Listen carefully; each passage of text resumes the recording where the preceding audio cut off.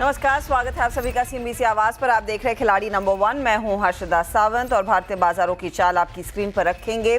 कल हमने इनफैक्ट वो 24,400 के ऊपर का क्लोज दिखाया। आज 24,500 के बियॉन्ड ट्रेड देखने को मिला है। 24,573 के लेवल्स आज सुबह में हमने छुए और उस लेवल के आसपास ही इस समय इंडेक्स कर रहा है ट्रेड। निफ्टी बैंक की भी तस्वीर आपकी स्क्रीन पर लेकर आते हैं। वहां पर भी अगर आप हाल देखेंगे तो मोमेंटम तेजी के फेवर में ही है।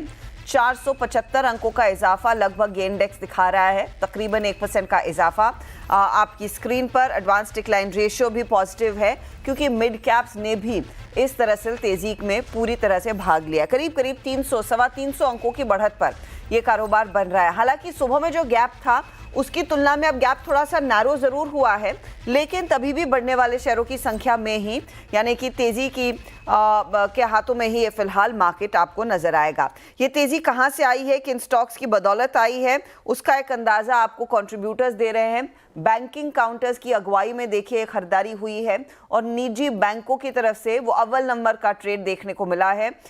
HDFC बैंक 62 पॉइंट ऊपर, ICICI बैंक 15 पॉइंट के गेंस दिखाता हुआ ये कंट्रीब्यूशन प्लेट पे TCS LNT का साथ है। रिलायंस कल तक पार्टिसिपेट कर रहा था, आज थोड़े से बैकफुट पर है, तो रिलायंस में अभी भी हम देख रहे हैं थोड़ी सी तेजी, थोड़ी सी मंदी का ट्रेड बनता दिखाई दिया है। लेकिन जो अगर आप कह सकते हैं इस मार्केट में नई ऊर्जा भरी है वो निजी बैंकों ने भरी है, वो HDFC बैंक ने भरी है, जो अब नजरें बना रहा है 1900 के लेवल्स पर। 1860 का स्तर आ चुका है। तो ये फिलहाल आपके लिए इस समय मार्केट का ओवरऑल मोमेंटम, मार्केट का हाल रहा।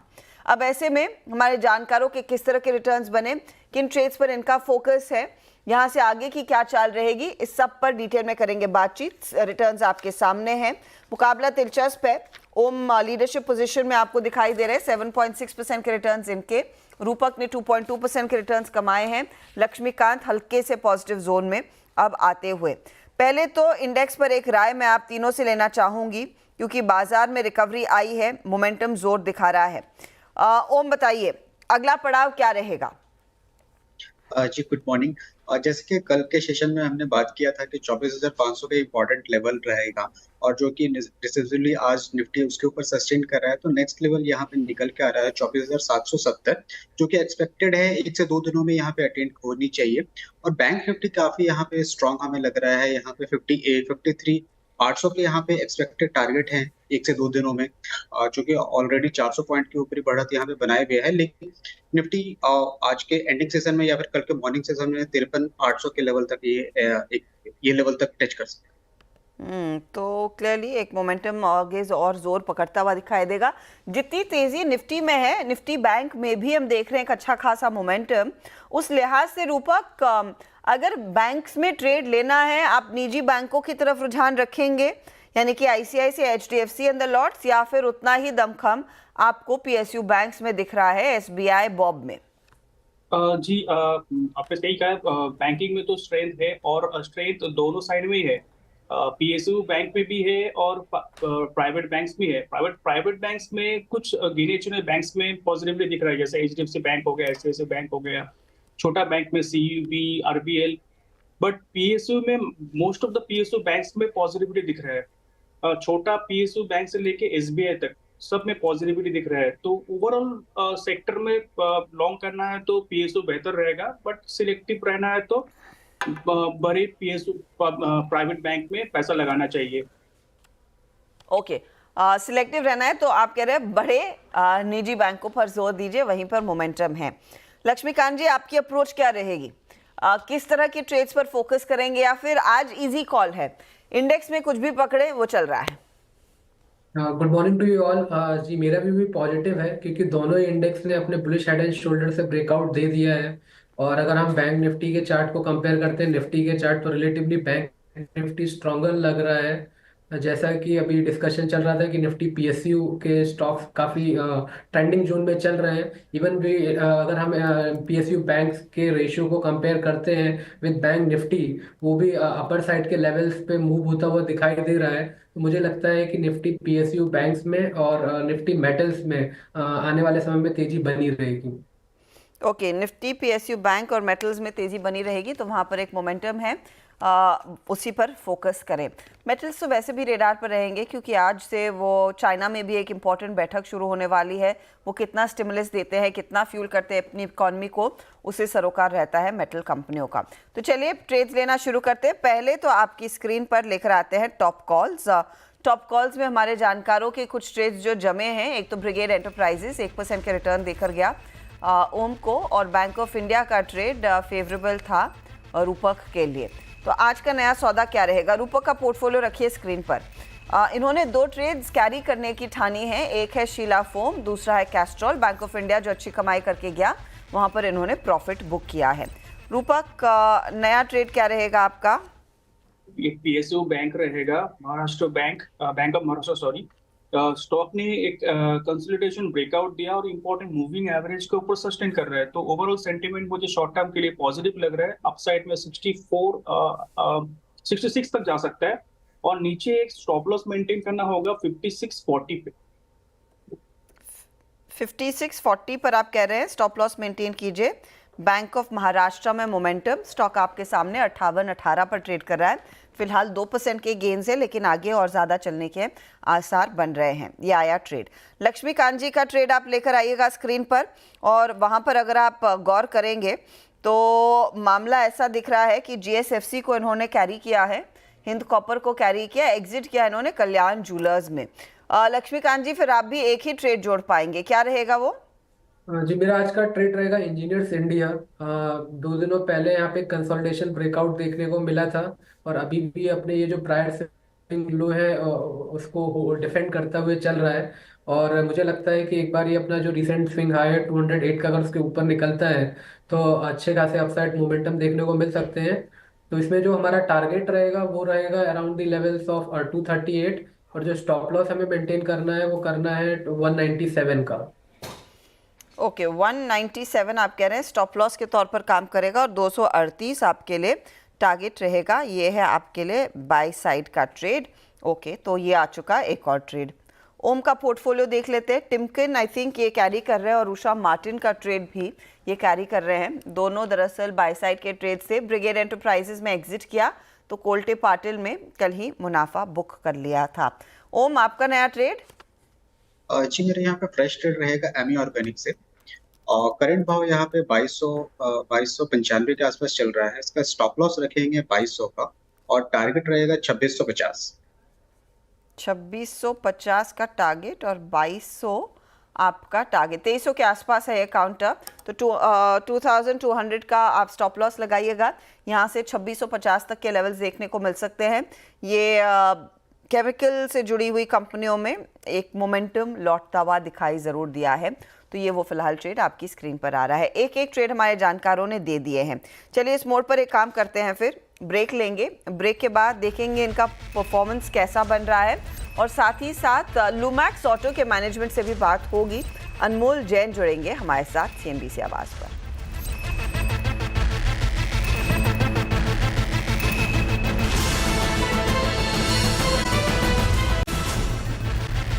बाजार की चाल मजबूत, 24,500 के ऊपर ही इस समय निफ्टी ट्रेड करता हुआ। निफ्टी बैंक में अच्छा मोमेंटम, मिड कैप्स भी कर रहे हैं आउट परफॉर्म। सेक्टोरली एक बार आपको तस्वीर दिखा देते हैं कि कहां पर सबसे ज़्यादा एक्शन बनता दिखाई दिया है।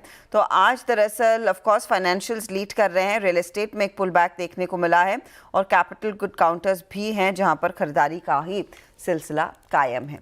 चलिए अब बात करते हैं ऑटो और ऑटो एंसिलरी सेक्टर की, जहां पर कॉर्पोरेट स्कैन में आज हमारे साथ रूबरू होंगे लूमैक्स ऑटो के मैनेजमेंट। कंपनी ने हाल ही में दरअसल ग्रीन फ्यूल एनर्जी में 60 में करीब 153 करोड़ की हिस्सेदारी की है, 60% स्टेक लिया है। अब ये बेसिकली कंपनी के लिए एक मौका है कि ग्रीन फ्यूल सेगमेंट में एंट्री इस पर्टिकुलर एक्विजिशन से हो रहा है। हमारे साथ कंपनी के MD अनमोल जैन हैं।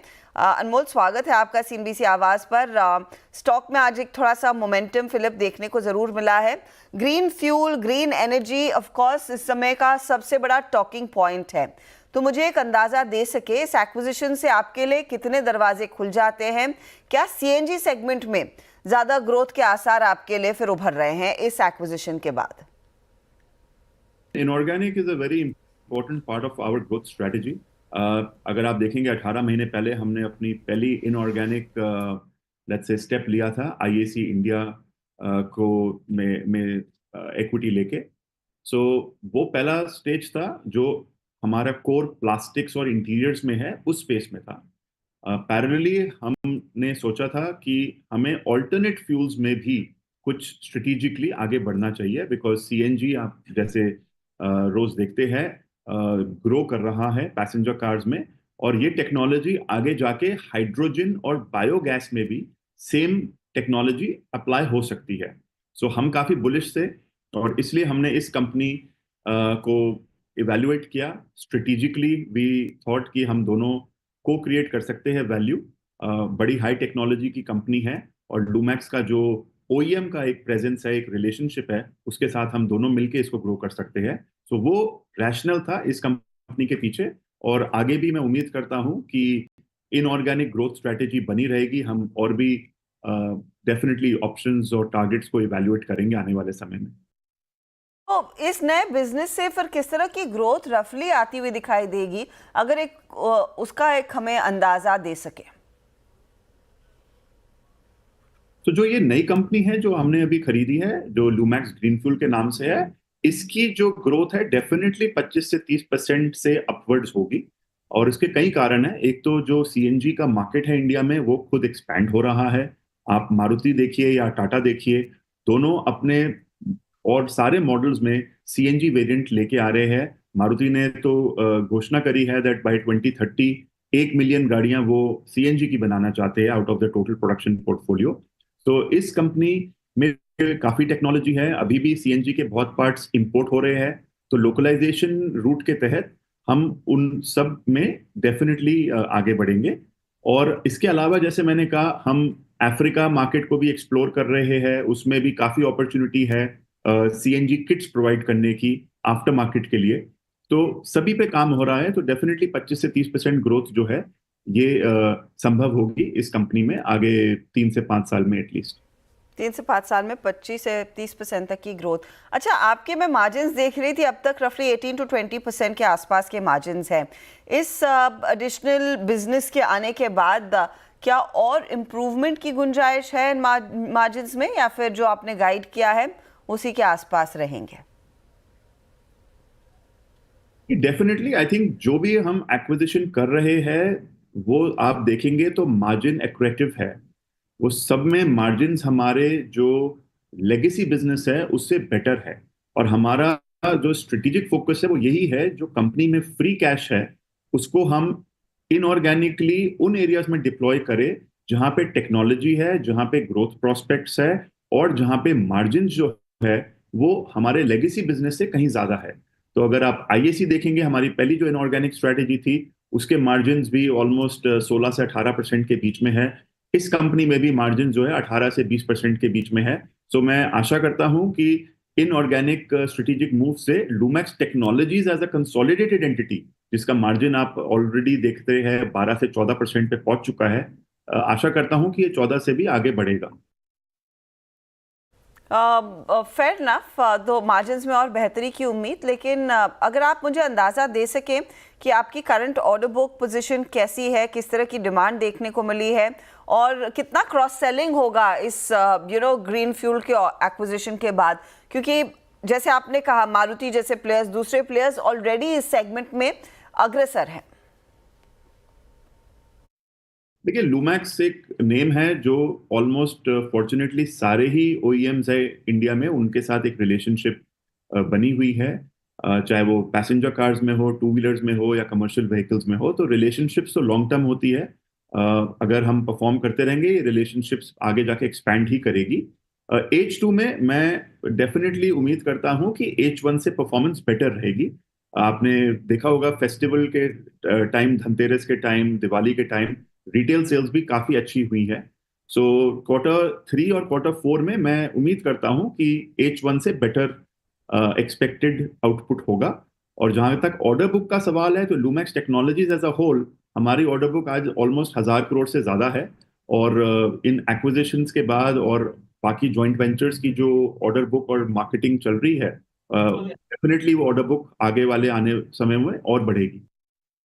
में ग्रोथ की संभावना है, बिजनेस में 25 से 30% का इजाफा, और मार्जिन्स भी बेहतर होने के आसार। ओवरऑल काफ़ी ऑप्टिमिस्टिक आउटलुक का आप शेयर कर रहे हैं। बहुत बहुत शुक्रिया हमारे लिए समय निकालने के लिए। शायद यही वजह है कि स्टॉक में भी आज हमने देखा एक अच्छा खासा मोमेंटम।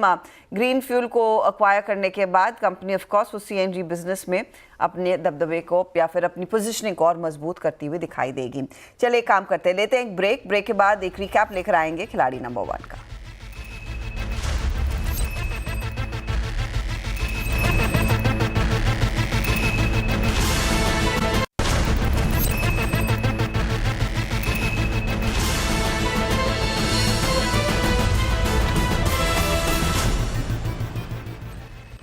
आप देख रहे हैं खिलाड़ी नंबर 1 CNBC आवाज़ पर। हमारे जानकारों ने अपने ट्रेड्स दे दिए हैं। अब यहाँ पर ओवरऑल रिटर्न्स की सिचुएशन कैसी बन रही है उसका जायजा ले लेते हैं। एक एक करके सभी के पोर्टफोलियो आपके स्क्रीन पर आएंगे। तो रूपक डे के पोर्टफोलियो में एक बदलाव हुआ है।